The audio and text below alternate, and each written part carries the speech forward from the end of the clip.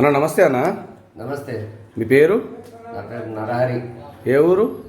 పెదనాగారం, మండలం? నరసింహపేట, జిల్లా?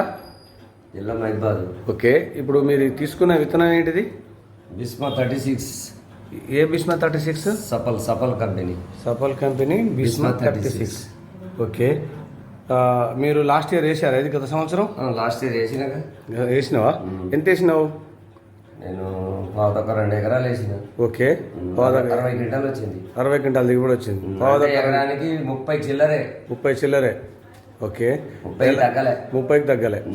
బాగా వచ్చింది అంటావు. హైట్ పెరిగిందా? ఫుల్ 4 ఫీట్లు వచ్చింది. 4 ఫీట్లు వచ్చింది అంటే నీ హైట్ వచ్చింది. ఈ హైట్ మందు కొడదామంటేనే ఇల్లు నాకు. మందు కొడదామని ఇల్లు ఓకే, తాళ ఏమైనా వెళ్ళిందా? తాళ శాతం చాలా తక్కువ. చాలా తక్కువ. కాయ సైజు? కాయ సైజు పొడుగు సైజే.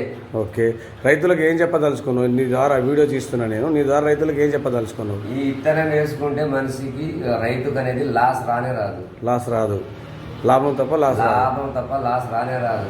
ఓకే, ఇంకా రేటు కంటే విషయం మనం చెప్పలేము కానీ దిగుబడి అయితే వస్తుంది. 30 క్వింటాల్ చిల్లర వస్తుంది. 30 క్వింటాల్ చిల్లర దిగుబడి వస్తుంది. ఓకే, మార్కెట్లో ఇప్పుడు ఉన్న రేట్లలో మంచి రేటు పడ్డదా? ఎట్లా పడ్డది? ఈ మార్కెట్ జెండాపాటతో సమానమే పడ్డది. జెండాపాట సమానం.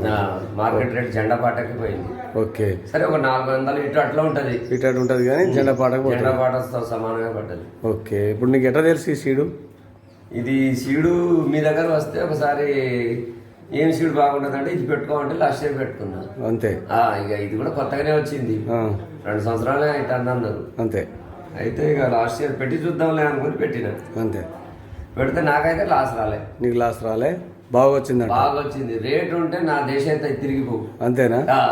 రేట్ లేకపోవడం ప్రాబ్లం. రేట్ లేకపోవడం నువ్వు ఎవరైనా చేయలేరు ఇప్పుడు అది. ఓకే, ఇప్పుడు ఎన్ని ప్యాకెట్లు కొన్నావు? ఇప్పుడు ఈ సంవత్సరం 1 ఎకరం వేద్దాం అనుకుంటున్నా. 10 ప్యాకెట్లు కొన్నా. 10 ప్యాకెట్లు. 10 ప్యాకెట్లు తీసుకుంటున్నాను. ఓకే, సరే అండి. సరే.